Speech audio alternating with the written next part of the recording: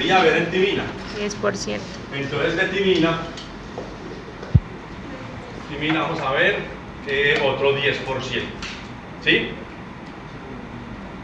El máximo es el 100. Luego me sobra ¿cuánto? Esto suma 20%, me va a sobrar un 80%. Y ese 80% lo tengo que dividir en guaninas y en citocinas. Entonces de guanina tengo que tener la mitad, porque de guaninas y citocinas es lo mismo.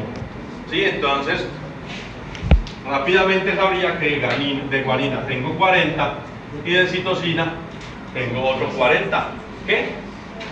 Por ciento. ¿Sí o sí? Pero con estas tres cositas, ni siquiera estas tres, con esta sola regla, podemos determinar siempre. Si yo le doy solamente uno, usted puede determinar la concentración de los otros tres. Porque solamente con uno, al saber uno, si esto le pusiéramos un 20, sería 20, 20, me sobran 60, 30 y 30. ¿Sí? Siempre cumpliendo esas tres reglitas. Siempre vamos a tener adenina, guanina, citosina y uracilo. Adenina, timina, guanina, citosina. Adenina siempre va con timina, guanina con citosina. Con estas dos incluso es suficiente. Y cuando uno mira, por ejemplo, en diferentes especies, se va dando cuenta de que es más o menos real. En los sistemas biológicos, uno nunca va a obtener un dato exacto, porque dependemos de las máquinas. Entonces, si la máquina tiene una inexactitud, los biólogos tenemos que jugar con eso. No somos tan precisos como de pronto los matemáticos, los físicos o los químicos, que todo lo pueden calcular al detalle. En biología, sí, la cosa puede fluctuar un poquito, pero es más por la máquina. Entonces, observen que en Homo sapiens tenemos alrededor de 31.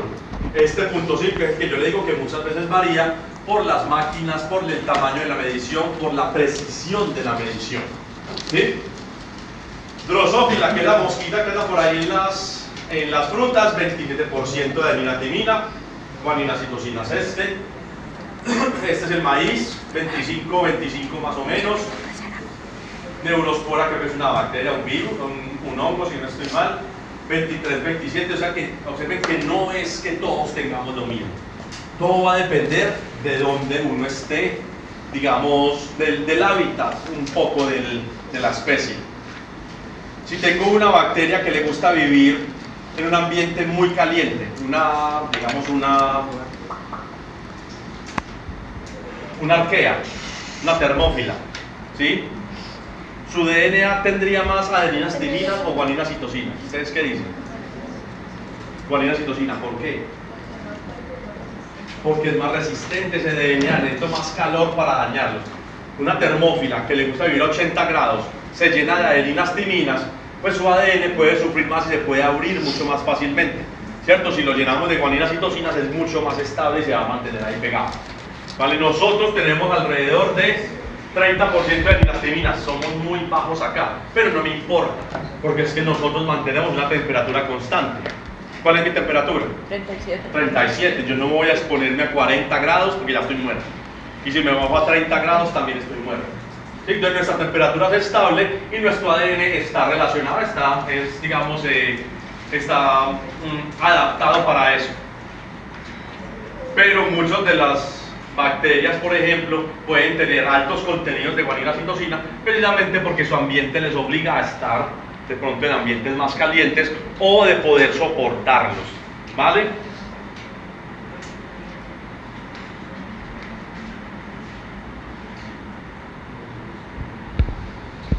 El ADN entonces no puede simplemente estar tirado en el núcleo, necesita organización. ¿Sí? Es un DNA extremadamente largo que si usted lo coge de su célula, de su núcleo y le extiende uno del lado del otro, cuenta la leyenda que puede tener más de 2 metros de largo. ¿Sí? Pero a nivel molecular, una sola moleculita, si usted lo extendiera, sería más de 2 metros. Entonces, ¿cómo vamos a controlar eso? ¿Alguien ha pescado? ¿A alguien le gusta pescar? ¿Se ha pescado? Listo. ¿Tienes caña o haces a la maldita sea? A la maldita sea, que dígame sí. Cuando uno va a una truchera por ahí, le prestan una caña con un pedazo de ¿qué? De nylon. ¿Cierto? Entonces el nylon, usted lo desenvuelve y lo tira.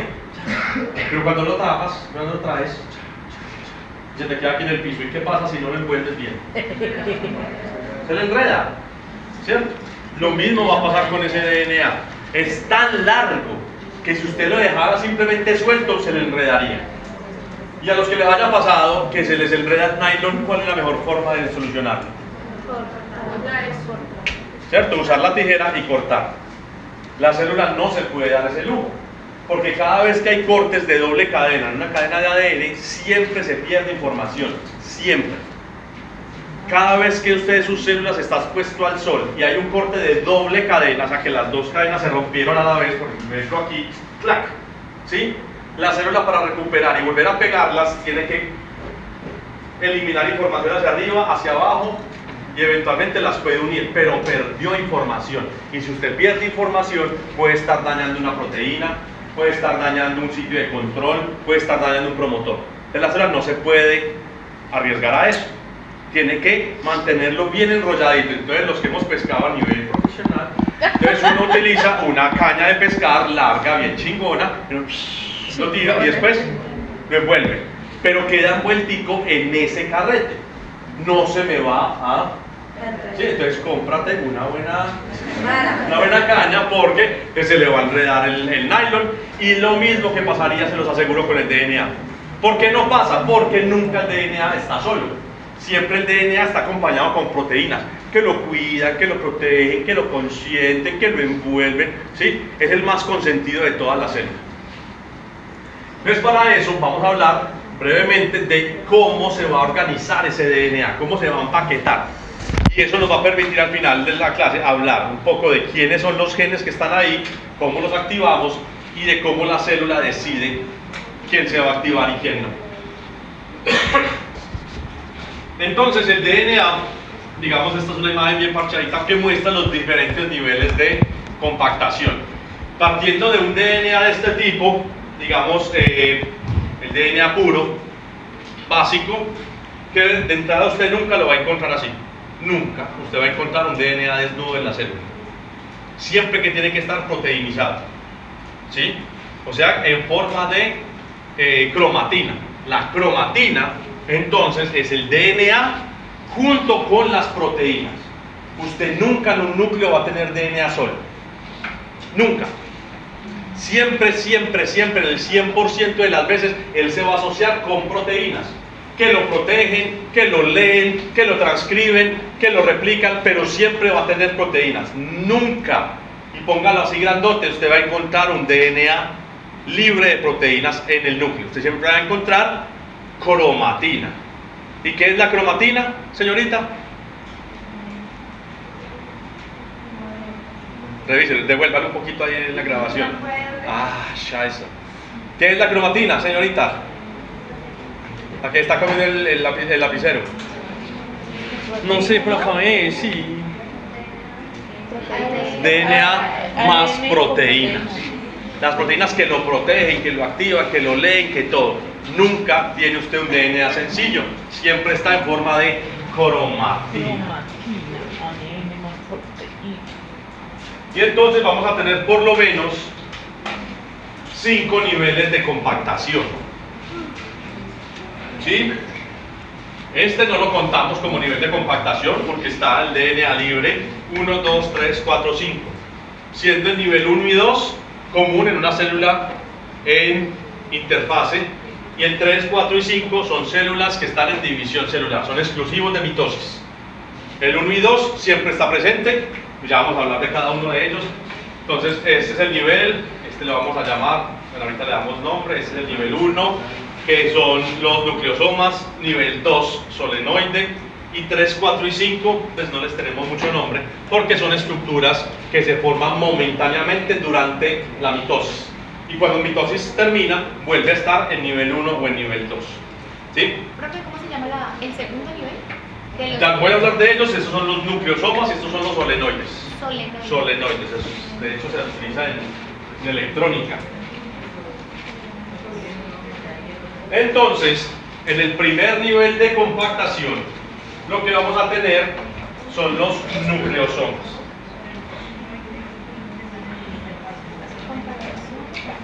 Los nucleosomas entonces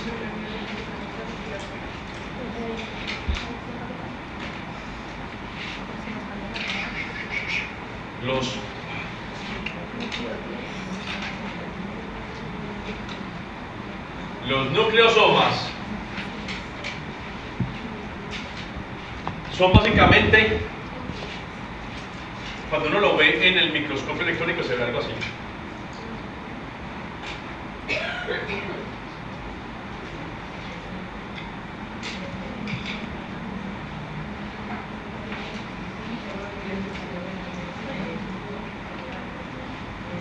El nucleosoma entonces es una estructura que está compuesta por DNA más las histonas. Las histonas vamos a tener H2A, H2B, H3, H4 y por fuera H1. Esta no necesariamente hace parte del nucleosoma, pero igual hay que contarla. ¿Sí? De las proteínas que envuelven el DNA inicialmente se van a llamar histonas. Anote ese nombre, lo necesita. Lo va a necesitar, se lo puedo asegurar. ¿Sí? Las histonas son las proteínas que se van a unir para formar lo que le llamamos un núcleo de histonas. Y el núcleo de histonas está hecho de 2 histonas H2A, 2 histonas H2B, 2 histonas H3 y 2 histonas H4. ¿Sí? H1 está solamente en una solita vez. Según el vasito. Ahora, señor, el DNA. ¿Sí? Pero el DNA se envuelve en el núcleo de histonas. Señor, ¿qué carga tiene el DNA? Carga eléctrica. Tiene carga eléctrica. ¿Qué carga tiene el DNA? ¿Cómo? No. Entonces, si no es A, es B. ¿Por qué? Sustente su respuesta. Tiene que unirse a la proteína si es carga positiva. No, pero esa no es la razón, eso es un side effect, eso es un efecto colateral. Muchachos, ¿cuál es el nombre del ADN otra vez? Ácido desoxirribonucleico. Sí, tiene un... Es negativo porque no tiene oxígeno. Ah, es negativo porque no tiene oxígeno. Puede ser. Porque Yo dije, o sea, pensé que H, el valor de H Vale. y el de Ok, si esto es un nucleótido, ¿sí? La base nitrogenada, hay 5 formas de base nitrogenada. El azúcar, esto no tiene carga, bueno, aquí tiene carga positiva, pero aquí va pegada a la otra base, ¿sí?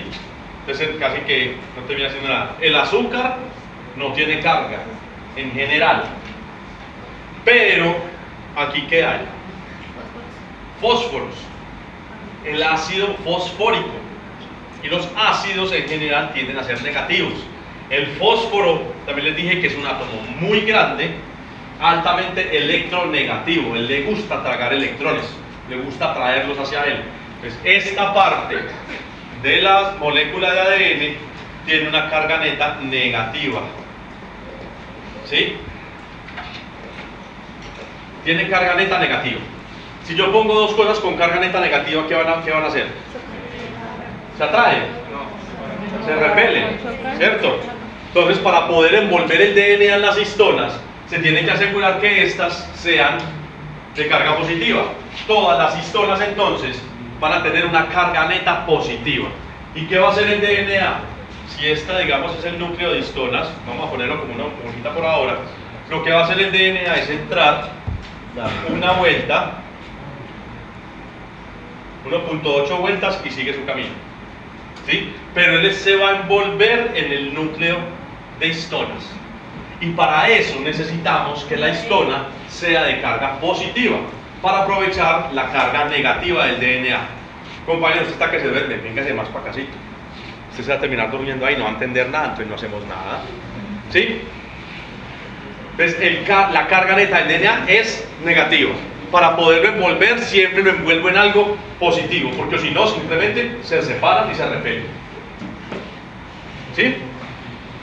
El núcleo de histonas, que como ustedes ven aquí, está hecho por 4 burbujitas. 1, 2, 3, 4, no, por 8, perdón. 1, 2, 3, 4, 5, 6, 7, 8 burbujitas. Esas 8 son 2H2A, 2H2B, 2H3 y 2H4. Por eso es que el núcleo de histona está compuesto por 8 proteínas en total. ¿Sí? Y la histona H1 es un lock, es como el que sella el nucleosoma, que sería esta, que solamente está una sola vecesita. El núcleo de histonas está hecho de 8 proteínas. ¿Sí? ¿Cuáles son?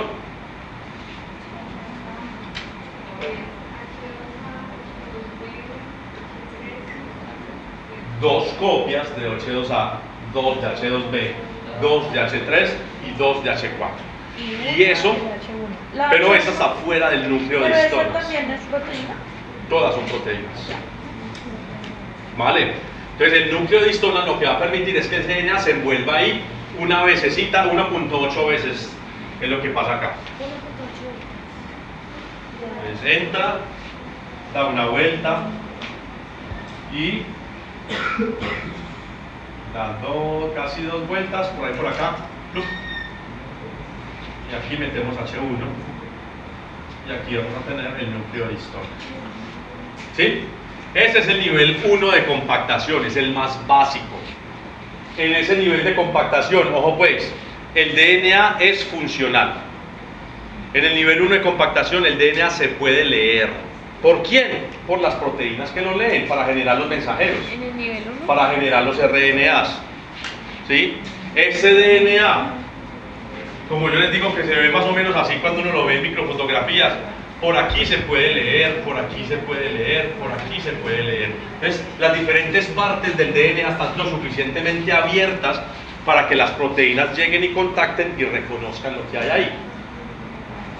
¿Vale?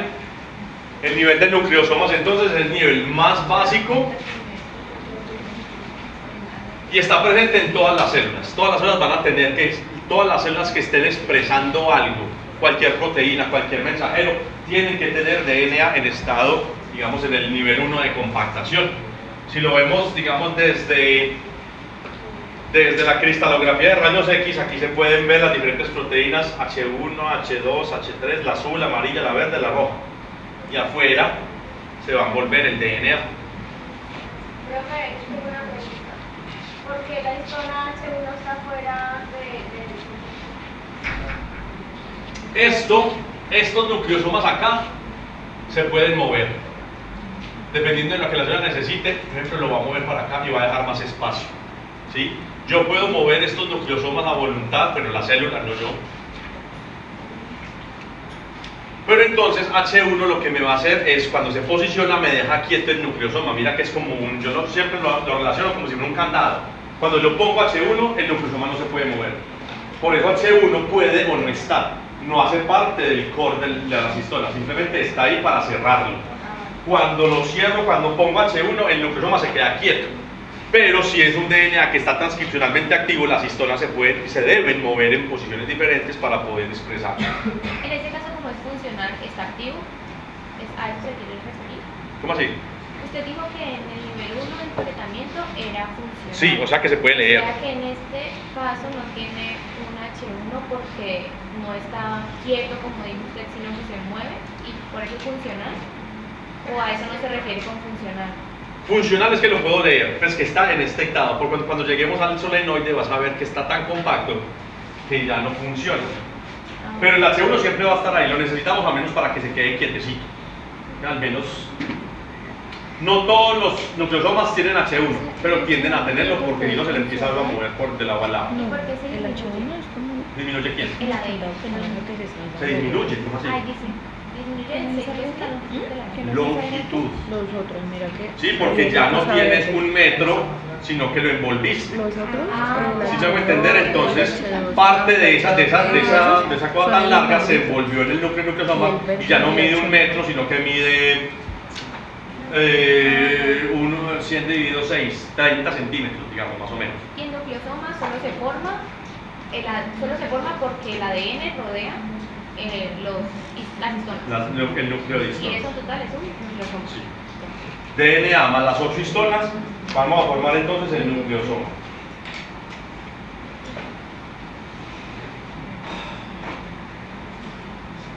Este nucleosoma entonces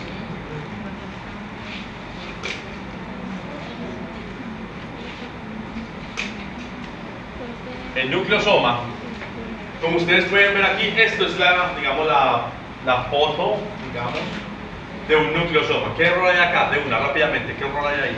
H2, H3, H2. Hay un error más conceptual, ¿sí?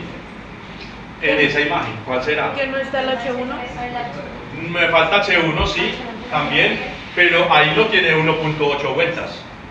¿Sí? Aquí es como si hubiera tomado una vuelta, 2 vueltas y por ahí un cuarto. ¿Sí? Realmente sería una vuelta, 2 vueltas y por acá se va. Es mucho más, le da casi la vuelta completa. Y al de aquí, clic, es que se mete H1. Aquí habría que meter, si esto existiera así, habría que meter H1 acá, en la mitad, entonces sería solamente una vueltica. El punto 8 es como para poder anclar a H1 ahí. ¿Sí? Y observen que las histonas, las 4 histonas, esta H2A, H2B, H3 y H4, tienen lo que se llaman las colas de las histonas.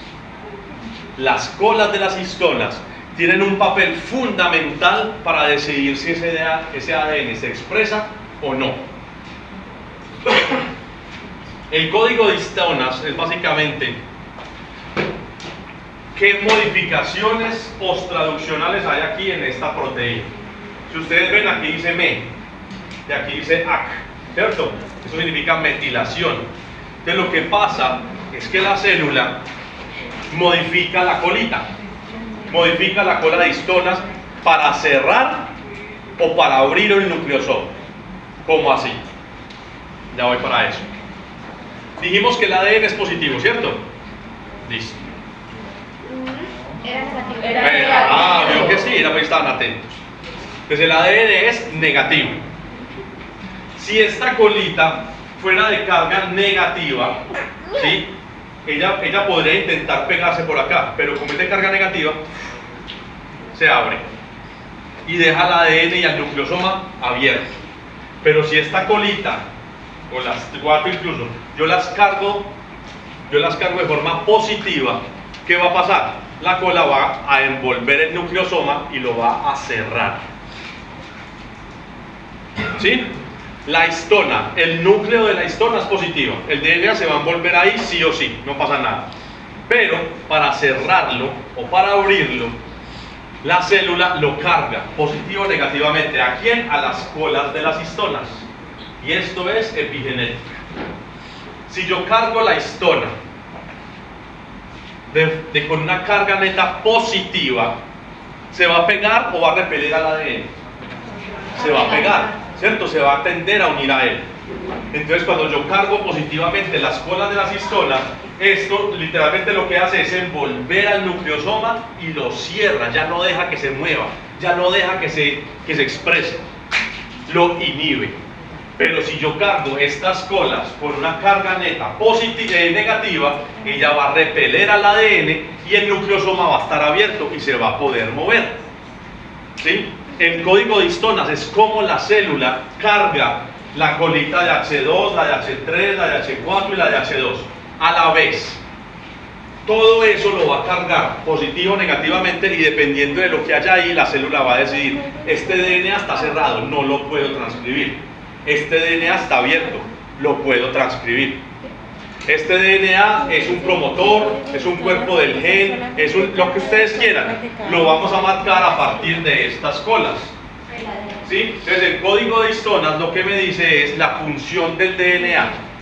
¿Cuál es la función que está cumpliendo ese pedacito de DNA respecto a las modificaciones que ocurran acá?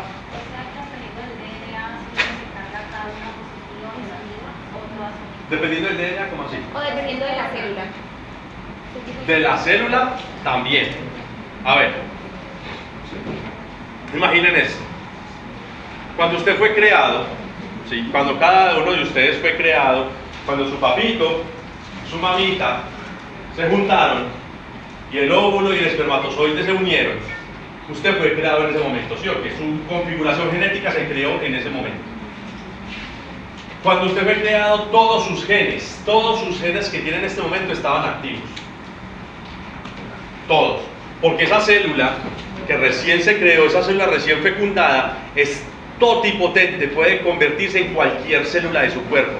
Vaso, riñón, neurona, lo que usted quiera. Es totipotente. Todos los genes están activos, todos los genes se pueden leer. Pero cuando esa célula se diferencia, ¿sí? Recuerden que usted tiene células hepáticas, tiene células de vaso, tiene neuronas, tiene, no sé, del hígado, hepatocitos, tiene 1000 tipos celulares. Cada uno de ellos expresa únicamente lo que necesita. Entonces, cada vez que la célula se diferencia un poquito, apaga genes. No los vuelve a activar nunca más. ¿Sí? Entonces, de los 20.000 genes con los que usted tenía cuando recién fue fecundado, una célula hepática hoy día puede estar activando 4.000, 3.000 genes nomás. ¿Qué pasó con el resto de 17.000 genes? ¿Se perdieron? Otra vez. Se Usted apagaron. tiene 20.000 genes en su genoma completo, ¿sí? Pero una célula hepática solamente está expresando, digamos, un número 3.000, 1.500 genes. ¿Qué pasó con el resto de genes? Se apagaron. Se apagaron, se inhibieron, ¿sí? ¿Por qué la célula los apagó? Porque ya no los usa. Porque ya no lo usa. La célula es extremadamente tacaña en cuanto al uso de energía, de sus aminoácidos, de lo que usted quiera. Si la célula no lo necesita, no lo va a usar. Entonces, por ejemplo, genes para crear dendritas, ¿sí? Para extender el citoplasma para crear una dendrita o un axón. Esos genes los tendría o los activaría un hepatocito.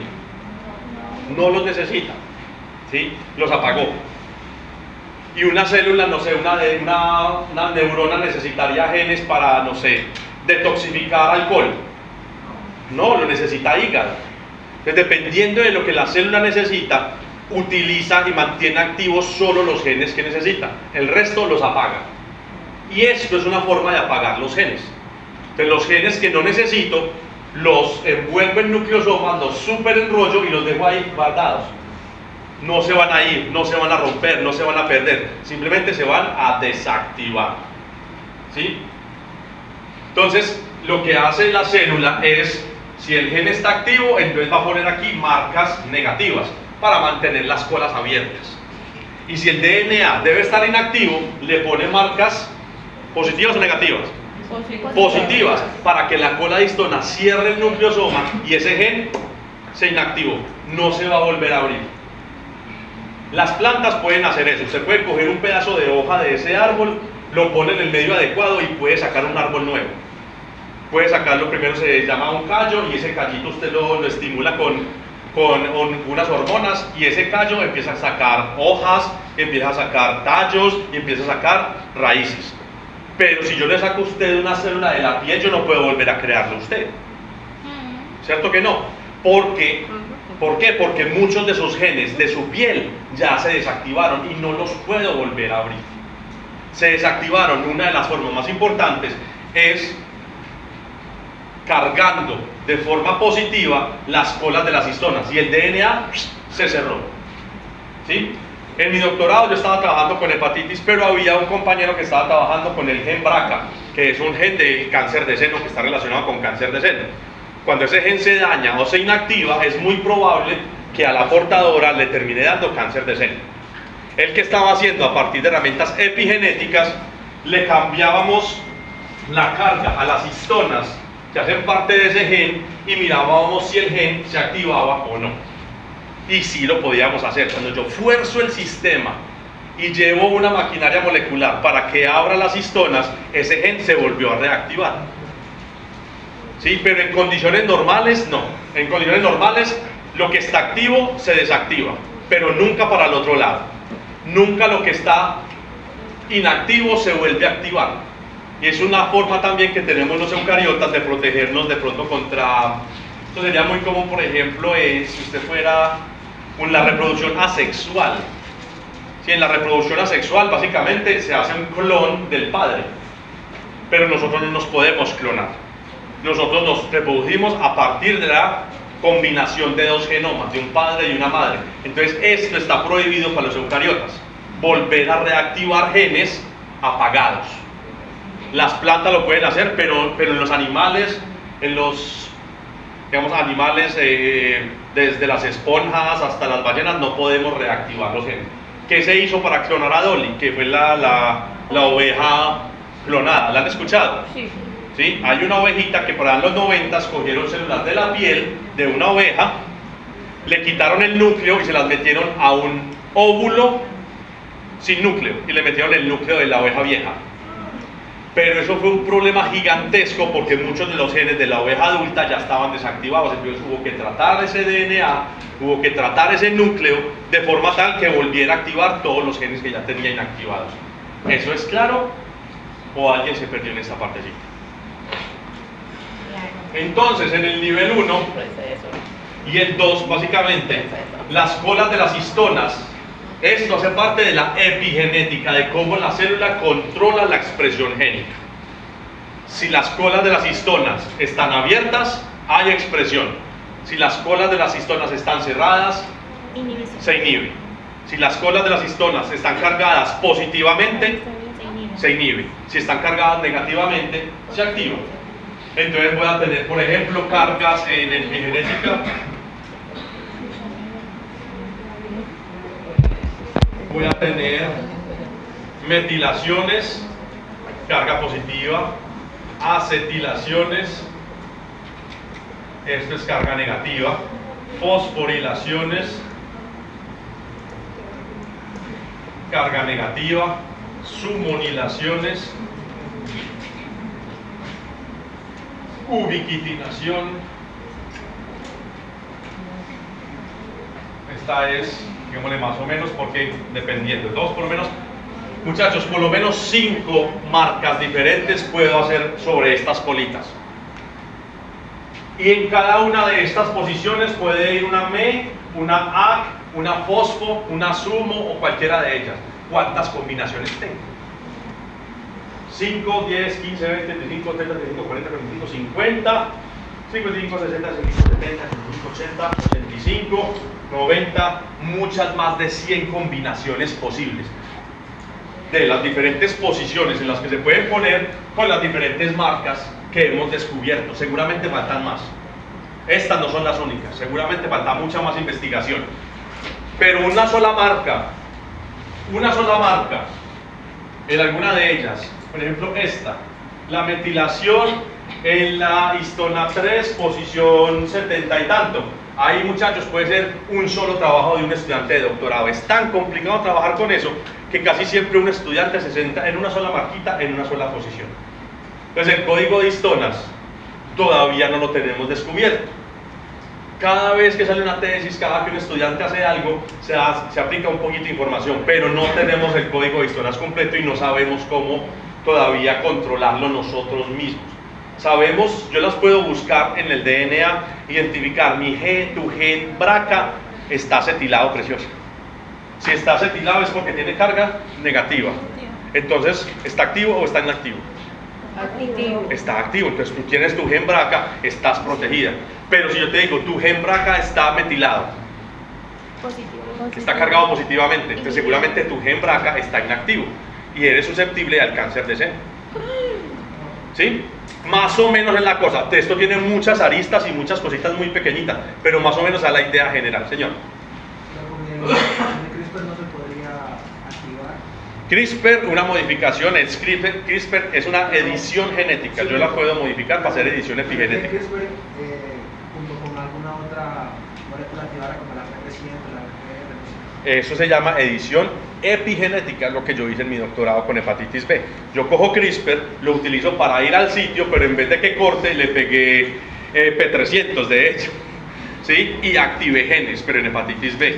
Hay un montón de activadores epigenéticos que pueden servir para eso. ¿De qué mes está? Ah, eso explica mucho. Porque esto en general pues uno no lo discute hasta que bioquímica o algo así. Entonces, por ejemplo, muchas veces si yo quiero modificar la expresión, pues yo puedo modificar las histonas. No las histonas, las marcas de las histonas, ¿sí? Entonces, si yo quiero activar la cromatina, entonces lo que voy a hacer es ponerle marcas negativas, para que las colas no se peguen, no lo cierren. Y si yo quiero cerrar la cromatina, inactivarla, pues le pongo entonces unas marcas negativas. Si no quiero cerrar, le pongo marcas positivas y así termino cerrando el DNA. ¿Sí? ¿Es claro eso? ¿Qué era cromatina? DNA más proteína. Cromatina. La cromatina es el DNA nuclear. Recuerden que usted nunca tiene un DNA sencillo, sin proteínas nunca. Nunca está desprotegido. Porque es que sus mitocondrias siempre están mandando radicales libres, siempre están mandando partículas subatómicas cargadas, positivo o negativamente. Entonces, si contactan, si golpean su genoma, lo dañan, lo rompen. Por eso el DNA siempre tiene que cargar con proteínas que lo protejan. Siempre, en todo momento.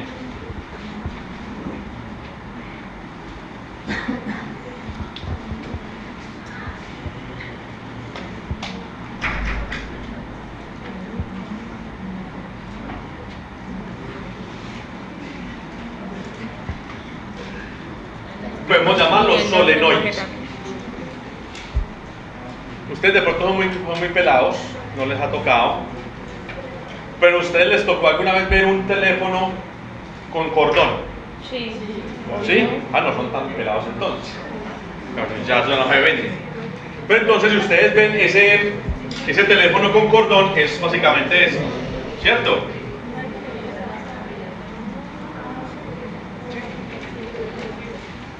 ¿Sí o no? ¿Lo han visto? Y entonces cuando la abuela cogía y llamaba, hablaba y le daba una vueltica. Y seguía hablando y le daba una vueltica. ¿Qué pasaba cuando uno hablaba mucho con eso y empezaba a darle vuelticas? Se enredaba en sí mismo y empezaba a hacer, digamos, como una estructura así que se envuelve. ¿Cierto? Eso pasaba mucho en el teléfono de la abuela, pues eso ya no lo he visto. Empieza a hacer esto y se envuelve en sí mismo. Entonces lo mismo más o menos va a pasar con el DNA. El DNA está activo, expresa proteínas, se queda como nucleosoma. Pero si la célula lo quiere apagar, que ese gen ya no se exprese, entonces lo que hace es sobreenrollarlo más. Entonces primero está enrollado 1.8 veces en el nucleosoma. Y eso a su vez, observen cada uno de estos, se envuelve, es como si usted cogiera un pedazo de DNA, no sé quién tiene un cordón por ahí, y empezamos a envolverlo. Eventualmente eso se va a superenrollar sobre sí mismo. Pero si usted lo suelta, se le desenrolla, ¿cierto? Es lo mismo va a pasar con el DNA. Se enrolla una vez sobre los nucleosomas, está activo, se puede leer, genera mensajeros. Pero si yo lo quiero apagar, o la célula mejor, lo enrolla, lo superenrolla, y se van a crear estructuras como estas. ¿Sí? ¿Cuántos nucleosomas hay aquí? Se estudian 1, 2, 3, 4, 5 y por debajo de otros 5, 10 envueltas de a 10, por lo menos de a 10 nucleosomas por vuelta. Ese DNA no lo puedo leer. ¿Por qué?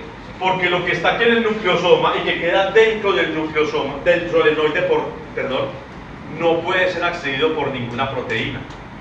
No se puede leer. La célula no sabe qué información hay ahí. ¿Por qué? ¿Por qué? ¿Por qué la célula no sabe qué información hay ahí? Porque Lo está muy siguiendo. enrollada. ¿Sí? Está muy enrollada. Porque está simplemente súper ultra mega enrolladísimo y no se puede saber. Es física, es básicamente, sí, es porque se superenrolló. Profe, eso es lo que hace para apagar los genes. De los genes que están apagados están en forma de solenoides. Y usualmente el solenoide no se devuelve al nucleosoma. El nucleosoma se superenrolla en solenoide, pero el solenoide usualmente no se desenrolla para generar nucleosomas. Tengo que forzar el sistema. Y yo lo puedo hacer como científico metiéndole, como mi compañero CRISPR, por ejemplo, edición epigenética. Le cambio las marcas a eso y se puede desenrollar. Pero es un artefacto, yo lo creo en el laboratorio, no aparece de forma natural. Por lo menos en animales. Las plantas sí lo saben desenrollar, no sé cómo carajos lo hacen, pero las plantas sí pueden desarrollar solenoides. Nosotros, los animales, no lo podemos hacer. ¿Sí? Los animales. O sea, en ese Y no Para que se guarde, para mantener la información, para guardarlo. Ahí se va a quedar infinitamente hasta que la célula se muera. Ya lo podría cortar, lo que está en solenoide se puede cortar y se puede eliminar porque ya no lo va a volver a leer nunca más. Pero la célula no sabe hacer eso, simplemente lo enrolla, lo guarda y ya, lo deja por ahí. ¿Sí? Eso serían como las estructuras en microfotografía electrónica, pues es muy chambona, pero sería más o menos esto, sería un solenoide en formación y así termina. Todo esto que está aquí, 1, 2, 3, 4, 5, 6, 7, 8, 9, no sé, como 15 nucleosomas, termina así súper envuelto. Lo que aquí yo lo podía leer en este espaciocito, aquí ya no lo puedo leer. ¿Sí? Espero que quede claro, muchachos. Esto, solenoide, cuando está formado, no transcribe, no genera mensajeros, no genera proteínas. A partir de aquí, el nivel 3, 4 y el cromosoma completo son estructuras exclusivas de mitosis. Y en mitosis no hay transcripción. ¿Sí? Recuerden que en mitosis el DNA se superenrolla para formar los cromosomas condensados y poderlos separar durante la metafase y después los separa bien durante la telofase y citoquinesis y ya. Pero en profase se formó esto. Entonces, esto está en estado normal. Se forman los solenoides y después los solenoides se superenrollan a su vez en otras estructuras aún más enrolladas. Literalmente, cuando veamos mitosis hablaremos de las proteínas que sostienen eso. Pero ahora lo que me interesa que sepan es, nivel 1 y 2 son en células, se encuentran todas las células. Todas las células van a tener genes en solenoides y van a tener genes como nucleosomas. Pero el nivel 3, 4 e incluso el quinto, que sería ya el cromosoma condensado, son estructuras transitorias exclusivas ¿de qué? De ADN, sí, por supuesto, de mitosis. No las voy a encontrar en una célula normal. Si yo lo puedo inducir, capaz que sí pasaría. Yo lo induzco en el laboratorio, yo puedo hacer lo que quiera con las células. Pero en una célula normal eso no va a pasar. Y entonces, eso nos lleva a hablar de los dos tipos principales de cromatina que va a tener el núcleo.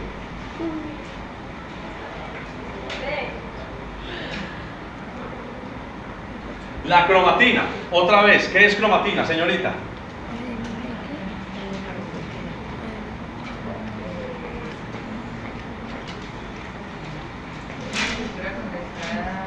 No es condensada. Ajá.